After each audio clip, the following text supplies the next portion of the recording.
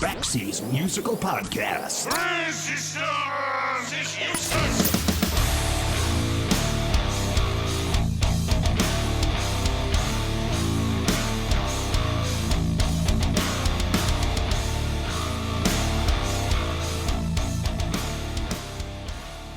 On June 19th, 1987, I saw Faith No More at a club in Milwaukee with 50 people in the crowd. Literally 50 people were there that night, maybe 60. This was well before they released their 1989 album, The Real Thing, long before their 1992 album, Angel Dust, and long before Mike Patton was even a consideration to join the band. They were just getting started, long before they would become one of the most respected bands of the 1990s. But that show left a pretty big impression on me, because as small as the crowd was, Faith No More played like it was the most important gig of their lives. It was fantastic, but more importantly, I saw them before they started to get really good. As a result, I've been a huge fan of the band for the last 35 years. This is a band that's terribly hard to describe, as they always seem to incorporate new ideas into every album. They don't stick to formulas, and if you don't like it, that's okay. It just means there's more Faith No More for the rest of us. My guest today is Faith No More co-founder and keyboard player Roddy Bottum.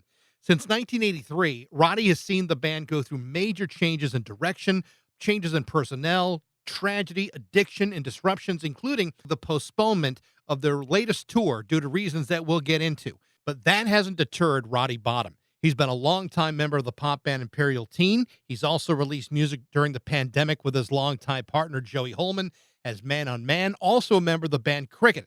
Plus, he scored a number of films and an opera. This is my conversation with Roddy Bottum from Faith No More on Backseas Musical Podcast.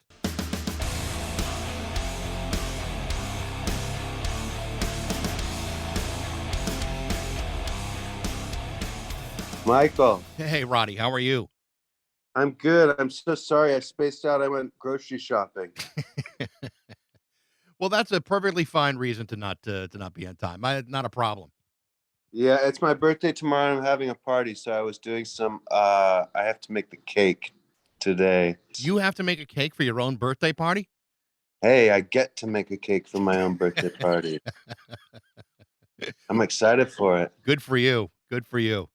Obviously I have a lot of questions to ask you, and we'll probably get to some of it because I've been a fan for an awful long period of time. But before I get into any of that stuff, yesterday I listened to Crickets and I freaking loved it. I thought, That's cool. what a cool record that is. And it's stripped down, it's simple, but the vocals on that were really, really good. I mean, JD's vocals sound a little bit of a combination of Cindy Wilson and Bjork to me. I don't know if anyone has ever said that, but I mean, they're really, really similar. That was a really good record. That's cool. Thanks. I'm glad you appreciate it. Yeah, it was a really weird one. It was a really concerted, weird project we jumped into. It started as one thing and pretty much stayed what it was, but we really had this crazy process of just stripping things down and taking things away. With every project I've ever been involved in, it's all about overdubs and adding stuff and getting to the studio and adding and string sounds and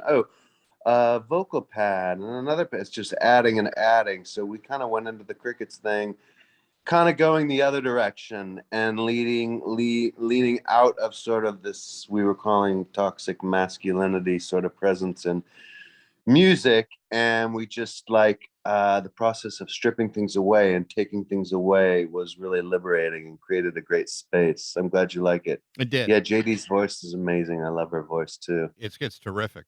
So how have you been holding up? I know that this has been a weird time for you guys, and not just as a band at Faith No More, but you've also stayed pretty busy in spite of canceling the tour and for understandable reasons. How are things right now with you and with the band?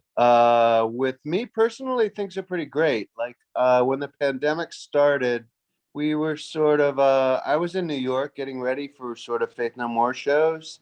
But pretty much, I was preparing to get ready for shows. We hadn't played shows in a long time with Faith No More, and we had almost 50 songs that we're sort of preparing and getting ready to play live. So it had been a while, so it was kind of a big undertaking for me here in New York. The rest of the band lives in San Francisco, but it's a big undertaking and kind of a lonely undertaking for me to sort of get my rig together Right. for the tour. And I was doing that pretty earnestly, like building what I needed to build, not builds, just like computers and like preamps and stuff, and software, but going through the songs and relearning the songs, which sounds easy, but it's kind of not. It's a lot of songs, like 50 songs, and it's a lot to take to keep track of. So I was doing that for a long time, and it was a lot of preparation. And then kind of like in the middle of it, the pandemic hit. I don't know, it was just a weird, crazy time. My mom got sick suddenly. Mm. She didn't really have anything too crazy wrong. It was nothing COVID. It was just like she had this growth on her leg. And she lives in California, in Los Angeles. And yeah, New York was getting just nuts. Like the pandemic hit and stuff started sort of like escalating really quickly. And I remember I had this conversation with JD about like, she was like we were sort of in a crazy place. No one really knew what was going on. People were getting COVID. It was just like a couple cases, dozens, hundreds. And JD goes to me, so what's your escape plan? And I was like, what? She goes, what's your escape plan? I'm like, Allison, her boyfriend, her girlfriend, she goes, Allison and I have a car, so we'll just like head out and go upstate. What are you gonna do? And I was like, what do you mean? And I was like, you mean like when we run out of food and people start looting? And she's like, yeah. I was like, fuck. And it got really serious just like that. That was the moment I was like, oh my God, like, what are we going to do? So my boyfriend and I kind of like, we started just strategizing. My mom was really sick in California, and we made a reservation to just rent a truck just to drive to California, just to have that reservation in case things got bad. And it was like a week in advance. And that day came, and we just kind of like, things were just getting worse and worse in New York. Like, everyone's on top of each other, and it was like insane, intense sort of conditions of the COVID. So the time came up to rent that truck, and Joey and I just got in the truck and started driving to California. And it was a really dark, somber, crazy, confusing drive. Like people, it was at that time where like masks were sort of like frowned on. Like people weren't there wearing masks because they weren't available for people, and like washing everything. Like we would stop at gas stations, and it was just like this crazy process of like gloves and like it was just an insane, dark, crazy, confusing time. And somewhere along the way, we started thinking about like talking about like, okay, we're going to be in quarantine for a while because we're going to take care of my mom. She's in Los Angeles, but we had to quarantine for a while before we took care of her. So we started talking about that and talking about like how long would that be, how long we're going to be in quarantine, how long will this go on for, and we're just sort of basing things off Rachel Maddow, what Rachel's saying at this point. And Rachel is super crazy alarmist. Like she was right on the money actually, but we were like, shit, we're going to be in quarantine for a long time. So we just we're both musicians, Joey and I are, and we said, well, let's just start making some music together. So on the way to California, we kind of ordered like a microphone. Joey had his guitar with him. We had a piano in the house that we were quarantining in Oxnard, California, like 50 miles north of Los Angeles. And we just got all this music stuff delivered there. Not all this, but just enough to like sort of make it work. So we started quarantining and just writing songs together. And that's how the Man on Man project started. We were just like kind of writing basically like love songs to each other that kind of turned into more of a sort of like a queer exploration thing. We made some videos that got popular and people were really into those sort of like what we were doing, and it turned into just this thing. But then sidelined by like around that time we were supposed to be doing Faith No More. So I can't remember where that came in the process of COVID, but we had shows coming up and I had learned all those songs. So I went to San Francisco and we were preparing for a couple weeks, just the band playing the songs. And then like the day before we were supposed to leave San Francisco, like 3 days before, typically Mike Patton will come in and start singing the songs, and we'll just get them all down. It takes kind of that long, maybe a couple of days, just after the music's all set. And he comes in and does his vocal stuff. But right a couple of days before we were going, we just got word from him that he was not able to do the show. And it's sort of like, I mean, from our perspective at that point, like everything was full on sort of moving forward. Like we had like a big lighting rig being built, and I had learned those songs, 50 songs, and built my sound banks, and we had been practicing for 2 weeks, and like so many people were involved. It's a big machine to get sort of that band like up and running. So it was a huge, crazy, disturbing setback in the throes of COVID too. Again, it was just like this crazy like adjustment we had to make. Like I think we were all excited. I was excited. I can only speak for myself, but I think most of us were excited about sort of like addressing that band and playing shows. We hadn't played shows in a long time, and it was sort of an opportunity to sort of do things in a way that we hadn't for a while, and we lost that opportunity. It was a big bummer. Well, I mean, I can imagine how disappointing that must have been. I mean, like you say, you did all that work, and then and Mike, can no longer, because of various health issues, couldn't do it.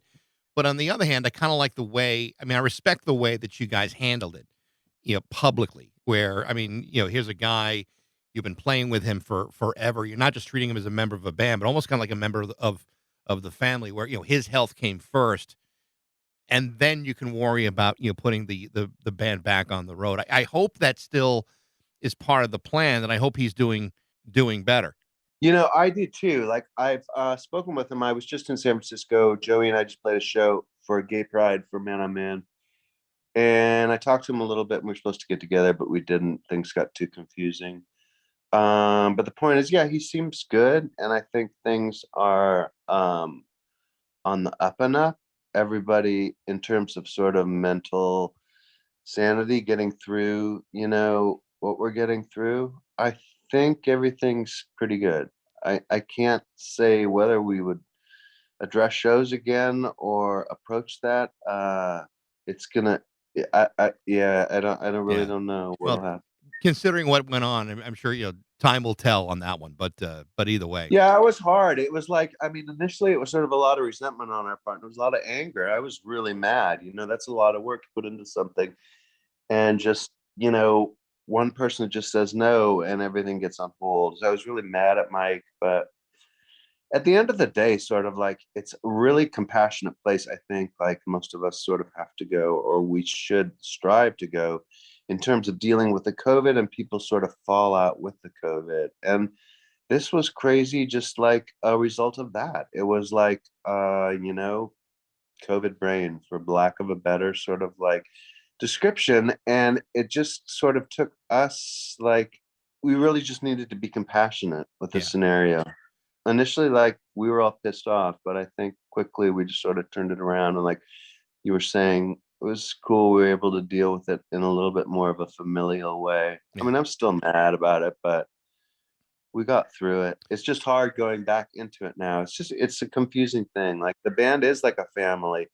And like you say that in positive ways, like, oh, that's so good that you dealt with it like a family. Like, yeah, but families are fucked up.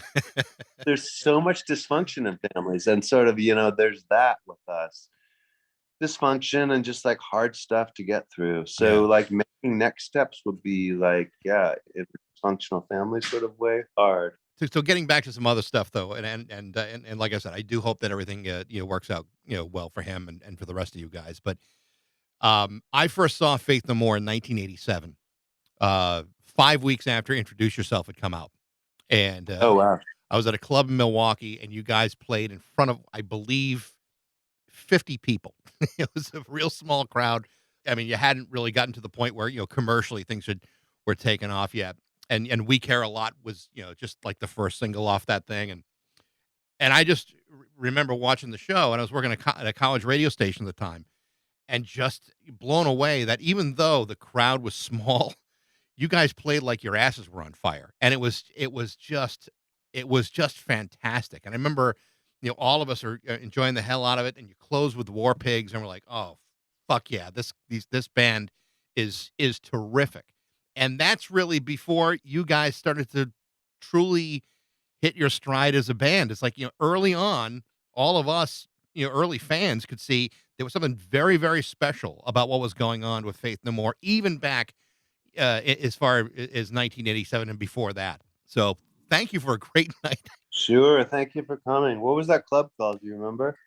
It had gone through a number of different names. I think at the time it was called Club New York or something like that. It was in Milwaukee, but it had been a number of other places. I think it was called Club New York or something like that at the time. And it was a small club. It probably could have held a hell of a lot more people that night, but the rest of us got a hell of a show. That's cool. I don't remember that one, but it sounds great.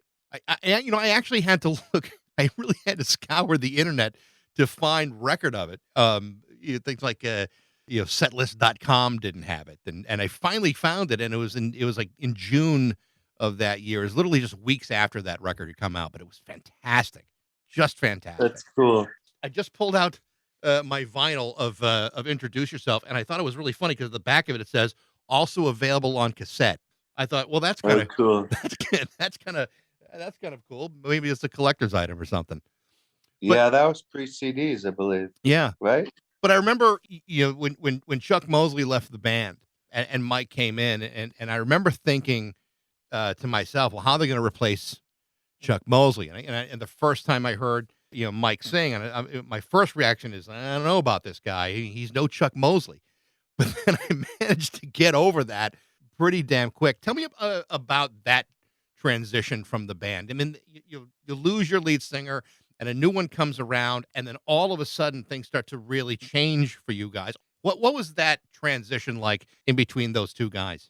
It was kind of sad. Like, Chuck was a good friend. I mean, he was, I think, in the band, like, I was closest to him at that point. Like, we met Chuck because Billy was in a band with Chuck when they were in high school, when we were all in high school together.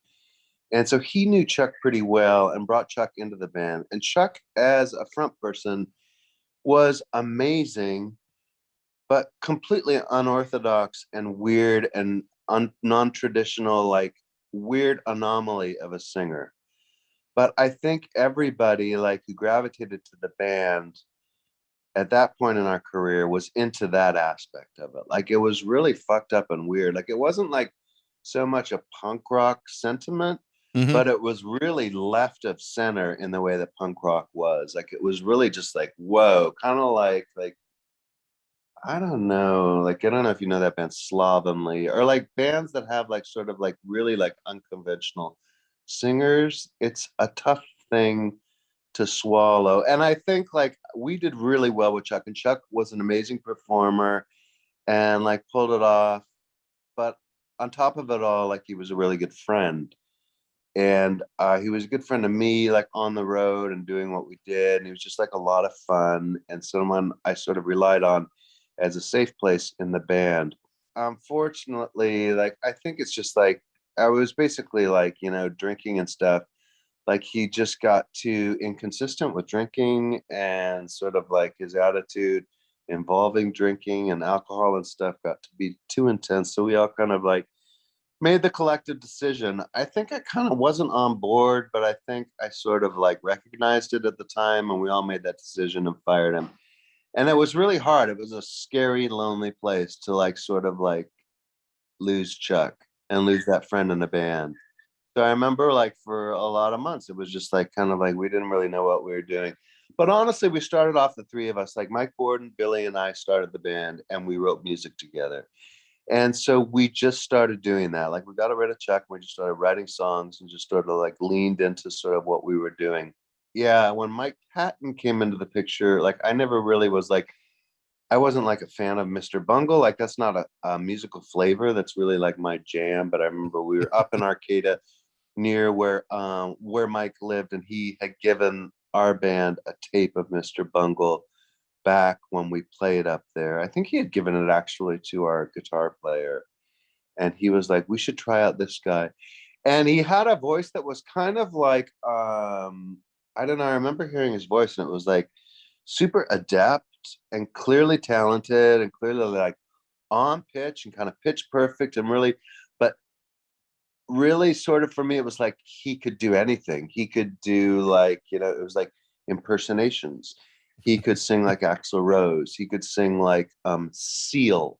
He could sing like Sade. he just had this sort of myriad of sort of different flavors in his voice that was like, wow, okay, well, this guy's super talented and obviously someone that could sort of do what we were looking to do, which, I mean, it's a weird statement to make, but we always had aspirations of being like an MTV band. But it was kind of tongue in cheek, but kind of not. But we would always sort of like the three of us, Mike and Billy and I, would kind of write pop songs, heavy songs, but then pop songs. And we always thought that was really novel. We always thought like we could be like an MTV band, like a pop band. And someone like Mike coming into the mix with those sort of vocal skills sort of made sense, like from where we were coming from. We're like, yeah, this could really work. And we had a couple pop songs that we were writing for the Real Thing record. And I remember like he came down and sort of like we just went into our studio with him and started working on stuff. And he, I think we recorded a couple of those songs while he was in town. He visited from out of town. And it was just kind of undeniable what he was able to do with his voice. And so like different from what Chuck was. It was kind of for me, like I had such a strong bond with Chuck. And though I appreciate like a pop sensibility, it was so like different from what Chuck had done. It was super slick and just like in control in a way that we'd never been.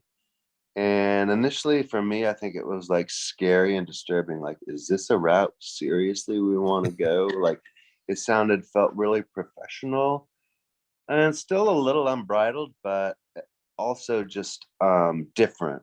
And it took a while to sort of like get to speed with like, okay, this is what we're doing. It felt like, it felt a little bit commercially crass, maybe, for lack of a better term. Like it was different. It was like more traditional rock than, like I was saying, like Chuck had been like non-traditional and super like, so left of center.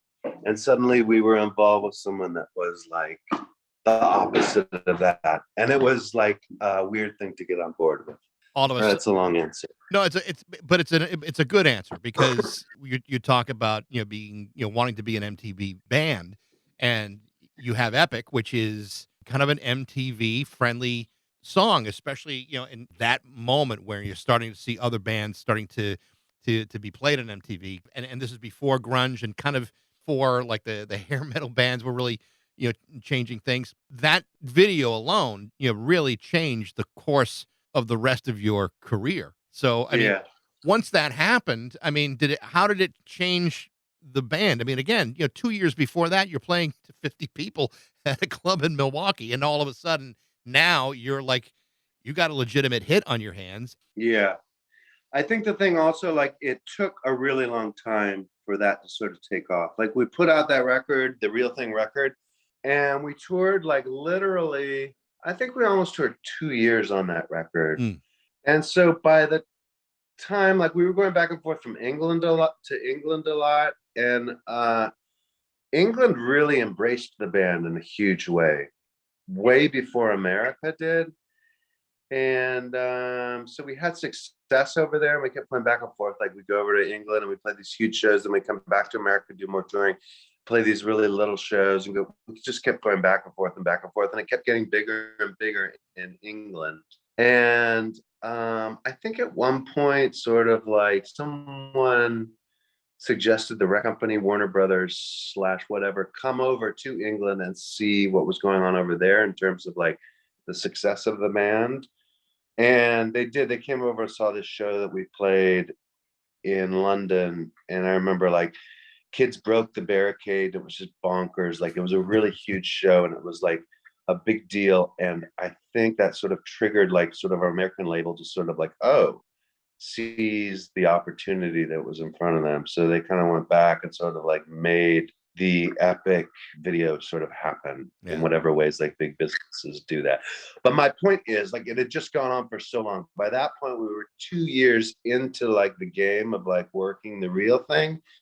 And that meant like, just interviews and relentless sort of just like, I mean, covering every base. Like, we were doing like, we weren't a metal band at all, but I think we got a little bit of attention around that time from like Metallica. Like, James wore a Faith No More shirt, and we started like the perspective of like who we were started skewing that way. Like all of a sudden, oh, they're a metal band. Like look at the guitar players got like really long. It sort of turned into this different thing. And so like magazines of that ilk started like doing stuff with us, some weird like rocker magazines like Rip, or like these weird like 80s 90s magazines in which like they would focus on like Mike as the singer and kind of like pretty boy and like good looking, like, and it sort of went a lot of different directions that everybody was kind of uncomfortable with. So it was a tough 2 years of sort of like dealing with that. Like, who are we? Are we this? Like it was like the insinuation that we were like, I mean, for me anyway, I think everybody pretty much ultimately relaxed into like the concept of Faith No More being kind of a metal band, but like, I don't know. I've never listened to heavy metal. It's not my bag. And so for me, it was just like a weird like transition. I mean, for everyone, it was a weird transition, like who we are as a band. So 2 years in, we're still working the real thing, and then, playing small clubs in America, and all of a sudden, like then it sort of broke. So by the time it broke and started like, like we started to see the fruits of that, we were sort of like just over it. So this year is the 30th anniversary of Angel Dust, and what's interesting to me as a fan is the noticeable progression from the real thing to Angel Dust. It's like you guys not only found your voice, but even Mike is singing differently. He's now singing like a guy who knows exactly what he wants to sound like in this voice. But the rest of you are coming along as well, and there's a big difference between those two records. Was it obviously that had to be somewhat of a conscious decision to kind of shed that metal cloak and to do something that was still to this day considered to be one of the best albums of the 90s. Yeah, definitely. It was a pivot for us. And it's like, I mean, everything I just talked about, like sort of like becoming like what we were as a band via the real thing. The real thing was Mike's sort of first sort of venture into the band and our first venture with him as a singer. And I think we really aimed for like commercial smash in some weird way. Like we still had attitude and stuff, but like we were really like conscious of like, where we were going and like the acceptability of it, and sort of like not to make a commercially acceptable record, but like I was saying, we really liked pop songs. And I think, yeah, we got a lot of attention for specifically that. So I don't know, sort of like being the band that we were always just sort of a provocative bunch of people that were like, like if one thing was expected of us, we went the other direction. So we sort of like, I think, yeah, consciously just like leaned into like, no, we are not that. You have no idea what we are. And I was kind of like begging the question, like, oh, do you like that record? Well, let's see how you like this.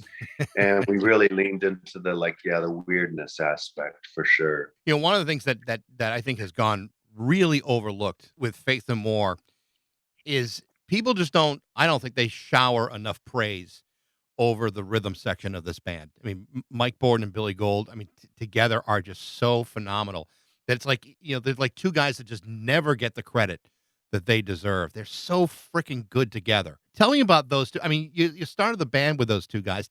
Tell me a little bit about both of them. Yeah, Billy and I grew up together. We sort of went to grammar school together and moved up to San Francisco, Bay Area at the same time.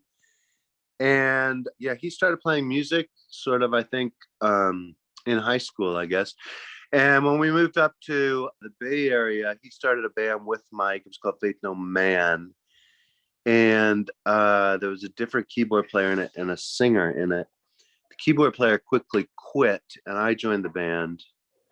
But the two of them as a unit, yeah, I just sort of think like, yeah, they had sort of a musical bond. They both met in Berkeley, and Mike Borden had a crazy amount of energy and was just like always this crazy rad drummer. He like had his toms really high up. He played in a weird open stance. And Billy and he were really into like dub and reggae and sort of like, yeah, intense rhythm things. Yeah.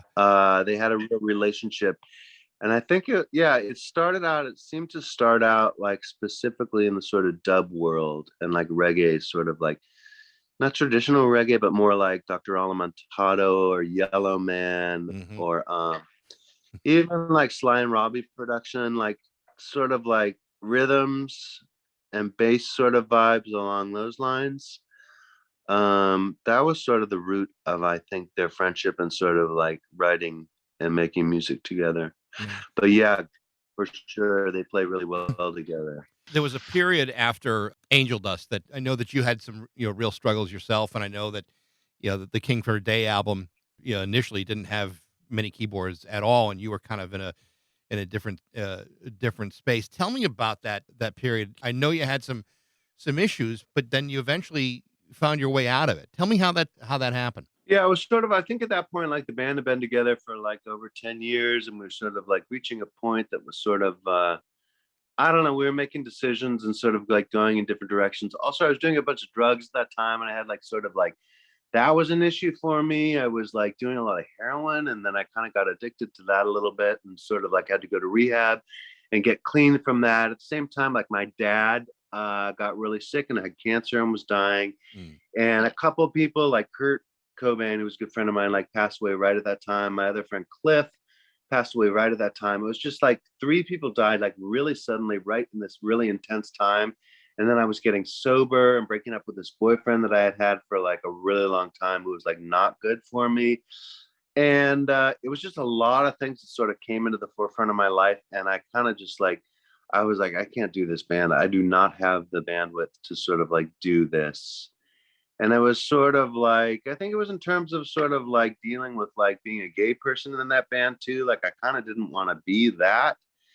And the band at that point was like sort of viewed as such a crazy macho sort of vibe. I mean, Mm-hmm. maybe that's, I don't know. It was hard for me to deal with on a lot of different, I'm not like projecting anyone else's sort of like any blame onto anyone else in this beside myself, but I was just going through a lot of confusing times. And at that time too, I started like, I really just needed to make myself happy. So I started making music with my other friends, Imperial Teen, and that just felt very pure and sort of like made more sense. And it was really just a focus that I just wanted to do. I didn't really want to do Faith No More anymore. And we had lost the guitar player. And it was like, oh God, back to the drawing board, finding another sort of like guitar player just sounded daunting. And then in the same way that we pivoted from like the real thing to Angel Dust, like we had done Angel Dust, and then it was like clear, like after that tour cycle was done, okay, we're going to pivot again. And it seemed to be the sort of like the move that was happening was like people were really like, no judgment, but like I was saying, like the Mr. Bungle vibe of like crazy time signatures and weird sort of erratic, like, like that's not my bag at all. And heavy can be my bag, and I kind of can get into that, but like not as much as it was, I think, for the other guys. And weird for the other guys in Faith No More and weird for me were two different things. I sort of like talked myself into it, and the band talked to them about it, and it was a hard decision. And no, I wasn't so into it. Like we went to Bearville in upstate New York and made a record for like some months. And it was a struggle. Trey came in and played guitar, and that was different. But I didn't ever feel that connected to the material. When you were rehearsing, for this last tour, did you feel different about the music now than you did at the time that you're talking about? Yeah, I do. Like I sort of gravitate more towards like the simple sort of like pretty songs and songs that are like more straightforward. There's some songs on it that are really just like erratic and crazy. And I know that's a popular thing amongst Faith No More people. It's not kind of like what I'm loving so much, but I do have a better appreciation for it now for sure. Yeah. Yeah. It was just like at the time I was so thick in it and I didn't know how to get out. And I really didn't feel like a part of a lot of those songs. So it was hard for me to sort of like feel invested in any way. Now though, when I look back on them, I do appreciate them. I mean, I never listen to stuff unless I'm sort of learning it for like shows that we would do. But yeah, I have a different sense of appreciation for it for sure. You mentioned Man on Man, which is something that's ongoing now, and you're doing shows, and you and Joey are playing not a full tour, but you are playing around. And when you are writing music today, I'm going to assume that there's a much deeper connection, especially with Man on Man, a much deeper connection between you and what you're writing than maybe you've ever had the opportunity to do before. Is that a decent assessment? No, I think that's a really good assessment. Like, I mean, that was sort of the disconnect when we were writing King for a Day. I didn't have that connection with the music. And that's what sort of like caused a disconnect between me and the rest of the band and sort of like the project in general. I just didn't really like feel it. At that point, I started Imperial Teen, and I was making songs with people that I really like, sort of like felt a connection with in a different way. And it really sort of like catapulted sort of my like musical inspirational sort of like where I went to a different level. Yeah, flash forward to like now, like, I mean, it's so personal. The things that like Joey and I are making like a record. I'm not saying it's like better or worse or anything, but it's just like the only way that I can sort of like get on board with a musical sort of project is to be completely invested in it personally. So like, yeah, the Man on Man record is just like basically love songs we're writing to each other and about each other and about the queer community. And that's a super strong place and strong connection that we have. And other things that I've been doing since then, since that Imperial Teen juncture, was like Crickets, like same thing. Like it had a real mission and a real sort of like life force theme that we sort of like adapted and felt really personally about it. And even like I wrote an opera and worked this opera for a long time. Same thing, like the story of that and creating a story, it was like a very personal involvement. It's hard for me to like get involved in a sort of like project without that personal involvement. Sometimes people will reach out and like ask me to sort of do like a collaboration, or do you want to make music to this thing? And if I don't have that, there's not really a point in it for me to be involved. Like even when I left San Francisco, like in 2000, I moved back to Los Angeles when Faith No More was sort of winding down. And I started doing film for TV and movies. And it was fun for a while, but eventually became that it was clear, like, I have no personal involvement or sort of like connection to this. And what am I doing? And it sort of struck me like, looking back at this music I'm making right now, if I were like on my deathbed and I'm looking back on my career, it's like, I'm not proud of this. Like, it was fun. It was a fun thing to do. And I was doing like kids shows and like making okay money and like doing good work. And I liked it, but there was no connection beyond sort of like serving a bigger purpose. Like, and it just like, at one point, like I had to just pack it in and say, I can't do this anymore. I don't really feel that connection to it. It's very obvious when you listen to Man on Man how personal this is for both of you guys. Because it really is a very intimate portrait of your relationship together. And in a way, I mean, Crickets is feels very personal too, in an impersonal way, with it being so stripped down. But I can understand what you're saying, that in order to really feel a part of something, it's almost like you got to purge all these emotions and this energy into this before you have a real sense that, okay, this is my stuff now. I think that's really cool that yeah, because not every artist has the ability to really open themselves up like that. Yeah, I mean, I was lucky enough to sort of have made enough money from Faith No More to sort of like, or whatever reason, like I'm okay, like financially. I don't need to sort of like invest all of my sort of endeavors into like money making sort of like projects. And I'm lucky in that way that I'm able to sort of like, yeah, follow my heart more than the dollar sign or whatever. Not a bad place to be. Yeah. Well, Roddy, best of luck. Like I said, I've had a great appreciation for your work for many years. Have a great birthday. Thank you. I appreciate that. Do you go by Michael or Mike?